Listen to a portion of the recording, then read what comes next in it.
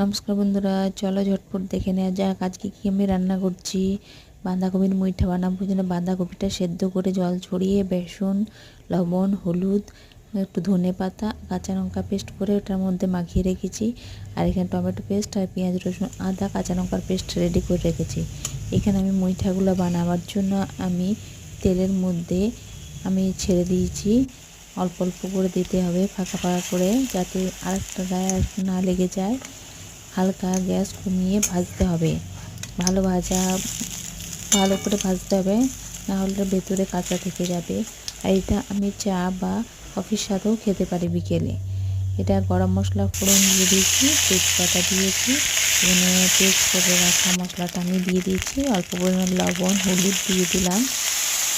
Tomato paste করে রেখেছিলাম সেটাও দিয়ে দিলাম। বন্ধুদের কেমন লাগে একটা লাইক, কমেন্ট, সাবস্ক্রাইব করে দিও। মুইঠাগুলো আমি ছেড়ে দিলাম।